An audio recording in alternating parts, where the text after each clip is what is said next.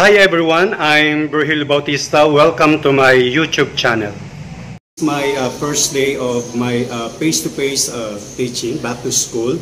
So, papasok ako dito sa room 103.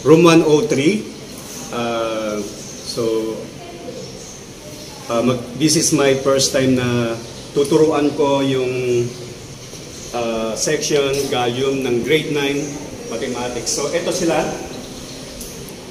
Okay. So, dahil limited face-to-face pa lang, so ilan pa lang yung mga estudyante rito? 1, 2, 3, 4, 5, 6, 7, 8, including the my videographer. Ganun pala yun, no? So, kumuha muna ako ng isa sa kanila. Okay. So, I will discuss to them the four methods of solving quadratic equation. No? Okay, so today is March 17, 2022. Okay, last Monday pa start yung face-to-face na dito sa Francisco G. Nepomuceno Memorial High School in Pandan, Angeles City. Okay, so medyo nagsashy sila, and even myself, I do not know how to handle the chalk and write on the board because after 2 years, ngayon pa lang ako hahawak uli ng chalk using the blackboard. No? Okay. Once again, class, good morning. Good morning. Okay. After 2 years of pandemic, you're back again dito sa school. Ano yung nararamdaman nyo? Na-excite ba kayo? Nung marinig niyo yung magkakaroon ng limited face-to-face. Okay? Kukuha po ako ng tatanungin ko sila since walo lang naman sila. Tatanungin ko yung kanilang feelings. Kung masaya ba sila at ano yung nararamdaman nila after 2 years, now, nandito sila sa classroom. Okay, let's start with this young boy. Okay? Leka ako kamahiya dito. Okay, so, ano pangalan mo? Sabihin mo nga sa para yung malakas para marinig dun sa cellphone. Daniel Jeff Mtibedi, sir. Okay. So, after 2 years na pandemic, nag-stop tayo. Ngayon, nandito ka. Ano yung napipil mo ngayon? Na-excite ka ba? Masaya ka? Nakita mo yung mga classmates mo dati? Masaya, sir, kasi matagal na rin di ako nakapasok pero kinakabahan din. Kinakabahan din. Bakit kaya? Ba't ka kinakabahan? Di ko alam, sir. Gano'n lang siguro. Okay, siguro dahil mathematics yung subject namin. Halika nga. So, ito na lang isa lang. Ito naman. Poging-pogi ito eh. Ang pangalan mo? Nas Manalang. Nas Manalang. O Nas Manalang, ano naman yung naramdaman mo? Nung nalaman mong isa ka sa tawag doon, isa ka sa napili na mag face-to-face ngayong taong 2022. How do you feel? Masaya rin, sir. Masaya rin. Ano yung kinakalkal mo? Ha? Masaya. Nakita mo yung excite ka kasi nakita mo yung mga classmate o na? Okay, sige. Sige, upo ka na. Masaya sila. Ito naman. Alay, kumain ka na ba? Mamaya pakainin kita. Sama ka sa akin, ha? Okay. So, ano yung naramdaman mo ngayon? Masaya, sir. Masaya. Ano pa? What else? Aside from masaya, nakita mo yung mga classmate mo, pero hindi pa sila lahat, ano? Konti pa lang. So, partially, masaya ka ngayon. Okay. So, nakikita nyo, after 2 years, excited sila. And then, sige, salamat, ha? Ikaw naman? Sir, masaya, sir. Masaya. Bakit? Kasi nakita ko na yung mga classmates. Nakita mo na yung mga classmate mo. Thank you very much. Ano pangalan? Lawrence, sir. Lawrence. Okay, Lawrence, thank you. Ito naman, medyo sexy ng konti. Okay. Masaya ka ba na? Yes. At nakita mo yung mga dati mong mga teacher. Sa ngayon, ilan pa lang nakikita mo na nakaharap nyo na? Parami-rami na rin. Si Mr. Bautista, of course. Siyempre si Ma'am Irene Salazar. Di ba? How do you feel? Na after 2 years, nandito ka. Masaya po. Habado. Paano yun? Maaga ka nagigising yan? Okay. So, aside from limited face-to-face, nagmo-module din po sila. So, after na pag-uwi nila dito, galing sa school, so, pagbalik nila ron, nagpe-face to face, nagmo-module naman sila. Ganun ba yun? Okay, thank you. Alay ka rito na. Okay, so ano pangalan? Stephanie Gat. May boyfriend, may girlfriend? Wala po. Okay, masaya siya. Na-excite ka ba sa mga classmate mo? Okay, sa mga teacher? Prepare ka naman? Medyo. O sige, thank you very much, Stephanie. And then the last one. Okay. O ito. Name. Raisa Padilla. Okay, kaano-ano mo si Robin Padilla? Ha? Wala naman, magkakaplido lang. Okay, masaya ka ba? Kumain ka na ng almusal mo? Okay? So, paano ka nagpiprepare ng pagpunta mo rito sa school? Do you ride? Do you ride? Do you walk? Paano ka nagpupunta dito ng school? Sumasakay ka ba ng jeep? Sumasakay. Sino ba dito yung nakatira dito? Walking distance lang? Wala. Dati sumasakay. Ayun, meron pala isa ron. Inauna kanina na-interview ko na. Okay. So, na-meet mo na yung principal natin, hindi pa? Hindi pa. Ako kasi yung susunod na principal dito. Thank you very much. Okay. So, paano naman kaya sa ano? Sino yung hahawak ko? Okay. Para naman yung aking tiga-record, Viva Record. Eto, medyo sexy siya. Pero magaling sa mag-shoot, ha? Okay. Ano pangalan mo? Mariel. Okay. How do you feel right now? Have you eaten your breakfast already? Not yet. Hindi pa. Kumain ka raw. Ano yung ulam mo? Fried egg. And, yun. And then sausage. Okay. So, yan sila. So, 8 sila. At sana marami mag-subscribe. Okay, thank you very much. Okay, masaya ka pala. Ano yung napipil mo ngayong oras na to? Nung pang Monday kayo nag-start, di ba? Monday, Huwebes na ngayon. So from Monday up to this moment, na-excite ka ba dun sa mga subjects, sa mga teachers, sa mga classmates mo? Yes. Na-excite ka? Tingin sa ating camera. Okay, so ganun lang. Maraming salamat sa inyo lahat. Okay? Good morning, class, once again. Good morning. Okay, so today's lesson, I'll be discussing to you the 4 methods to solve quadratic equation. I tried to write, but after 2 years, ito pa lang po yung time ko na gumawa ko ng chalk. No, hindi ko alam kung marunong pa akong ano. So, my name is Mr. Virgilio Bautista. No? Okay, so I'll be your mathematics for the school year 2021-2022. Okay, so today we will be discussing the 4 methods to solve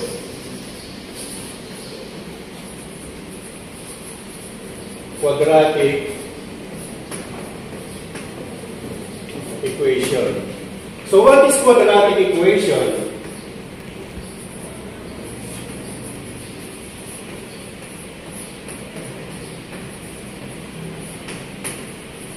So what is quadratic equation? Quadratic equation is an equation, okay, in the form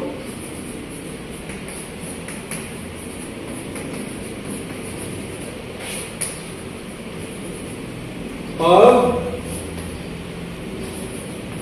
ax squared plus bx plus c is equal to 0. Now, okay, so again, so we have 4 methods to solve quadratic equation. By solving quadratic equation by factoring, by completing the square, by extracting the square root, and then by quadratic formula. No? Okay, so but before we go to that, let us recall what is quadratic equation. Okay, so when we say quadratic equation, this is an equation written o nakasulat sa forma na ax squared plus bx plus c is equal to 0. It is an equation written in the form of ax squared plus bx plus c is equal to 0. So this is the standard form of quadratic equation. Standard.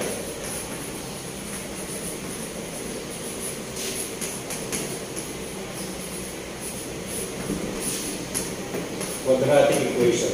Pag sinabi natin standard, ito yung sinusundan natin. No? Ito yung right pattern to write quadratic equation. So ano yung apat na methods to solve quadratic equation? Number 1, by extracting the square root. Do you know how to get square root, class? Do you know how to get square root? Let's say, for example, I ask you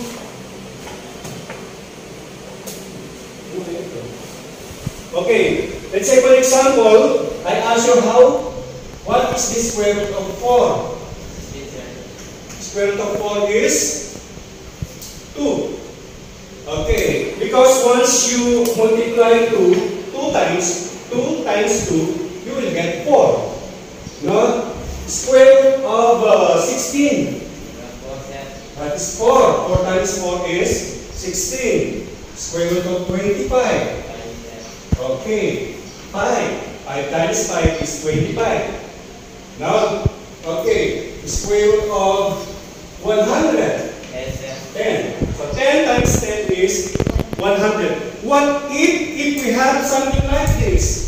Let's say, for example, square root of x squared. X. Okay. X times x, x squared. Square root of x raised to 4, or x to the 4th. X squared. X squared times x squared is x raised to 4. Now, what if we have something like this? Let's go to the extracting the square root. Let's say, for example, we have x squared minus 16 is equal to 0. Let's say if we have something like that. How do we find the value of x? How do we solve for the value of x? Okay, so that is our lesson for today. Yung kanina, this is only a reminder, a recall about getting the square root. But let's go to the proper lesson. What if we have something like this? We have x squared minus 16. How do you find the value of x? Paano niyo kukunin yung value ng x? Okay. So, to get the value of x, this negative 16 will go to the right side. May iwanan yung x squared sa left. No? So we have x squared is equal to 0 plus 16. And 0 plus 16 is 16. Tama? Okay. So we have x squared is equal to 0 plus 16 is 16. Okay. Ngayon, dito papasok yung recall natin kanina, yung ganito. Square root of x squared is x. So, kukunin natin yung square root nung left and then square root nung right. So, ganito mangyayari. Square root of x squared is equal to square root of 16. What is the square root of 16? Ayun. So, what is the square root of x squared? Ayun. So, we have x is equal to 4. But class, there are two roots yung number. Dalawa yung root ng number. Isang positive at isang negative. So, therefore, x is equal to plus or minus 4. Ibig sabihin, yung positive 4 Once na minultiply mo ng 2 times, you will get 16. Ganun din naman yung negative 4. Negative 4 times negative 4 is also positive 16. So, dalawa yung kanyang root. No? Pero, ang pinapalaw natin, ang sinusunod natin, ang kinukuha nating root ng number yung positive. So, therefore, final answer is x is equal to 4. Pwede kaya natin itong tanggalin. Can we remove this and use this portion for the... Oh, yes po. Tanong ko lang po, kung ilan yung absent? Absent. There are 10. Dalawa yata yung absent. Okay. This is Ma'am from video, the chairman of the... Ma'am, do you have any message to this to the section? Okay. Siya po yung ano namin, chairman ng grade 7. Thank you, sir. Okay. Thank you, ma'am. Thank you, Tria. Okay. So, can you follow class? So, this is the first method in solving quadratic equation by extracting the square root. Okay, gawa ba tayo isa? Before we go to the other method. Okay, example number 2. So this is example number 1.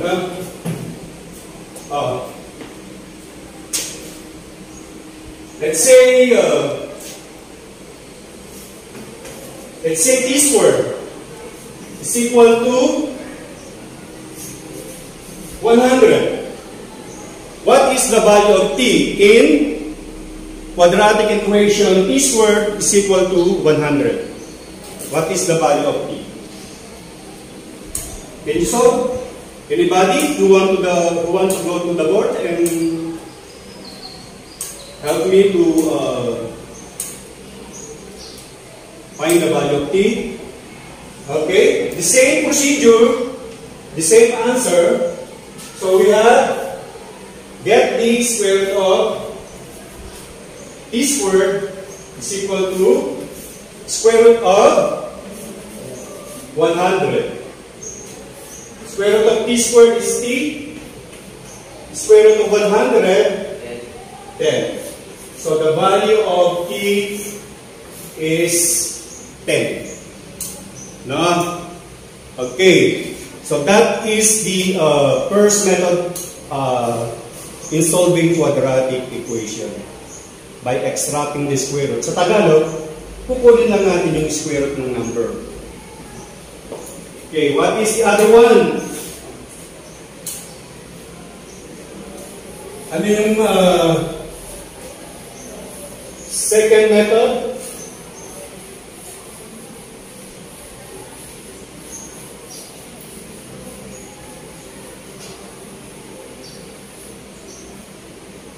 So this is now the second method, solving quadratic equation by factoring. No. So what is factoring? What is factoring? When we say factoring, you are multiplying two numbers to get the given number. Let's say, for example, what are the factor of 12? Ano yung mga factor ng 12? 3 times 4. 3 times 4, 12. No? And then what else? 6 times 2. So these are the factor of 12. 3 and 4. 6 and 2, yan yung tinatawag natin factoring. No? Okay.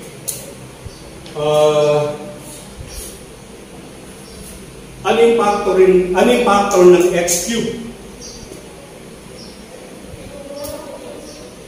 Ano yung mga ilang x ang imumultiply natin? Yun ang ibig sabihin nun. No? Yun ang ibig sabihin nun.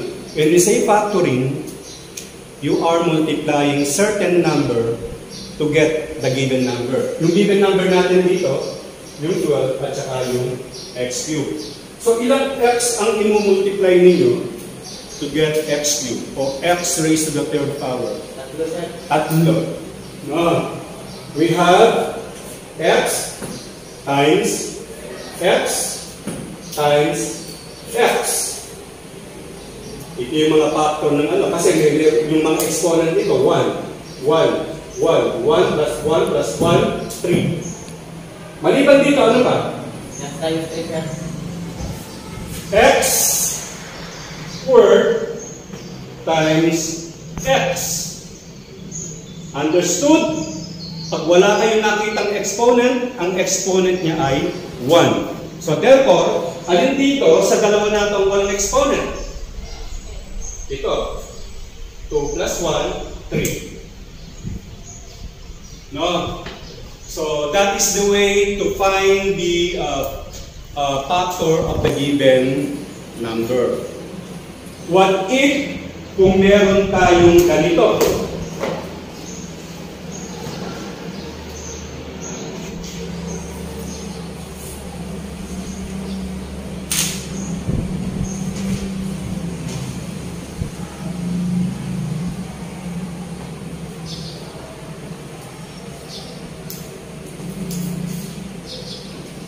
Okay. What if we have something like this?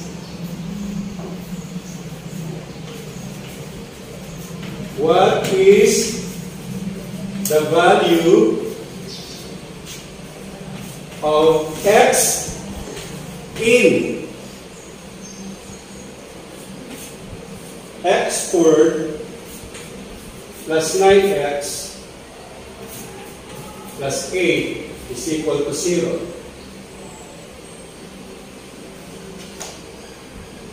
How do you find the value of x in our quadratic equation x squared plus 9x plus 8 is equal to 0?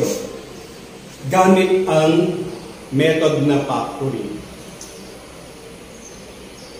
To get the value of x, gagawa kayo ng dalawang parenthesis. And then equate it into 0. Okay. I-factor lang yung first term. Tinuruan ko na kayo kung paano mag-factor dito. Factor the first term, yung x squared. Ilang x? Dalawa. X times x. Yung isang x pupunta dito sa unang parenthesis. Yung pangalawang x pupunta sa kabila. Nakukuha na? And then factor yung 8. I-factor yung 8. Anong dalawang number ang pwedeng i-multiply to get 8? 4 and 2. 4 times 2, 8. Kaya nga ng class, kapag ka nagpa-factor kayo ng trinomials na tatlong ganito, dapat pag yung ibibigay ninyong factor, mag-i-equal siya sa gitna. I-try natin. No? 4 times 2 is 8. Kapag, para makuha yung gitna, yung 9x, para makuha yan, mag-add naman kayo. 4 plus 2, 6. Mali. So, hindi ito yung tamang kombinasyon ng number na hinahanap natin. Nagigets ba? Okay. I-try ngayon natin yung 8 times 1. 8 times 1 is 8. I-add nga natin ito. 8 plus 1. 9. So, tama ito. 8 plus 1 is 9. So, tumpak. So, okay. Since lahat sila positive, ilagay nyo na doon. Puro positive yan. No? Okay. So, and then yung nakuha natin correct kombinasyon ng factor, we have 8 and then 1. Okay. So ito yung factor. Ito yung factor nung ating quadratic equation x squared plus 9x plus 8 is equal to 0. Dito ngayon natin kukuhanin yung value ng x. Okay. So ilan yung factor natin? Dalawa. Isang x plus 8 at isang x plus 1. So x plus 8. Okay. I-equate natin siya sa 0. At yung kabila, x plus 1, i-equate din natin siya sa 0. Okay. Ngayon, na-equate na natin sila sa 0. Dalawa plus yung magiging value ng ating x dito. Okay. Dito, we have x is equal to 0. Transpose positive 8 to the right, magiging negative 8. So therefore, x is equal to negative 8. Now, tawagin natin itong value ng x number 1 o x sub 1. At dito naman, x is equal to 0. Ganun din. Kung anong ginawa nyo rito, ganun din yung gagawin natin. Transpose positive 1 to the right, that will become negative 1. So x is equal to 0 minus 1, that is negative 1. So final answer, yung value ng x natin ay dalawa, negative 8, and then negative 1. Can you follow, class? Okay.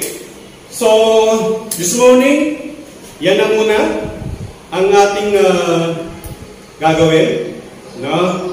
At yung dalawang nahuhuli, dalawa ng method ito, no?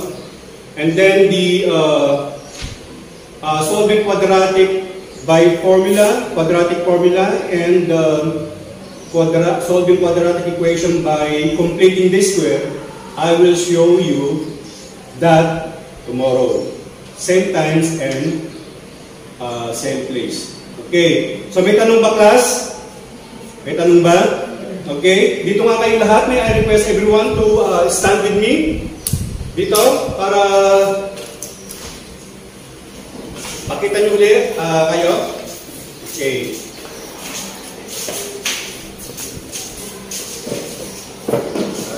Okay. So dito, tabi-tabi kayo sa akin. Wala naman tayo ulit. Okay. So,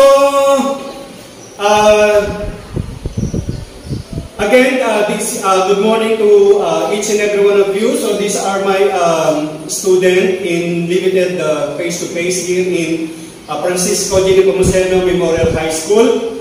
At sila yung una kong section na hinawakan after 2 years of pandemic. Okay, so these are the student from 9 Galing. So grade 10 po sila. Okay. And thank you very much for watching. Okay, so mag-like and comment na lang po kayo kung meron kayong ano. So nahihiya po sila. Okay, so say goodbye. Goodbye. Okay. See you on my next video.